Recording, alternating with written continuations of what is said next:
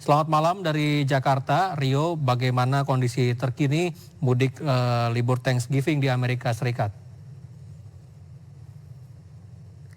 Ya, Lorenzo dan pemirsa, dari 55 juta orang yang diperkirakan mudik atau bepergian dalam libur Thanksgiving di Amerika Serikat ini, mayoritas mereka sudah sampai di negara bagian masing-masing tempat tujuan di mana mereka akan menghabiskan waktu dengan orang-orang terdekat seperti keluarga dan sanak saudara.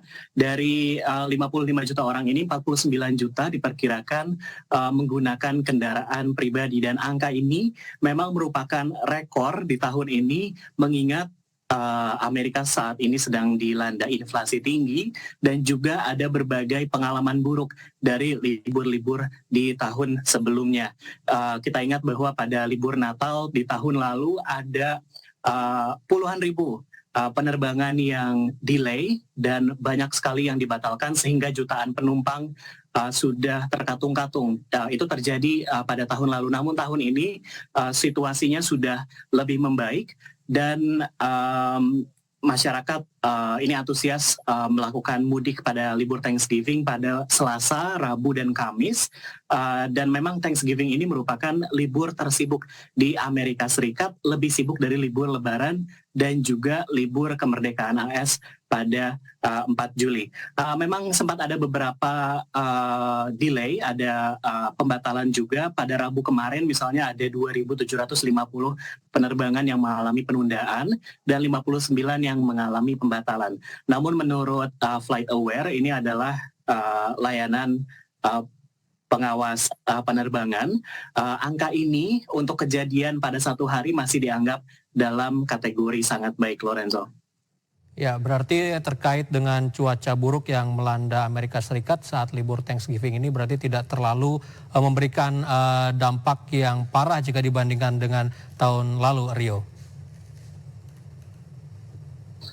Ya, betul sekali, Lorenzo, di mana tahun lalu ketika Natal itu banyak sekali ada badai, ada petir dan hujan yang menyebabkan jutaan penumpang terkatung-katung di bandara.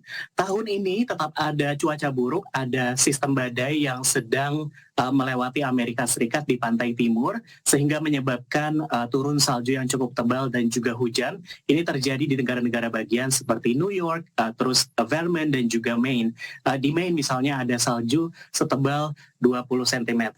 Kemudian ada salju juga yang cukup tebal di daerah Rocky Mountains dan membawa salju ke negara bagian Wyoming. Pemerintah AS sendiri, Menteri Transportasi AS, Pete Buttigieg, mengatakan pemerintah AS telah menyalurkan bantuan dana ke bandara-bandara supaya bandara-bandara ini memiliki armada kendaraan pembersih salju yang lebih banyak. Maskapai-maskapai seperti Southwest juga mengatakan mereka membeli peralatan untuk musim dingin yang lebih banyak untuk menjaga pesawat-pesawat dapat tetap terbang meskipun suhu itu di bawah titik beku.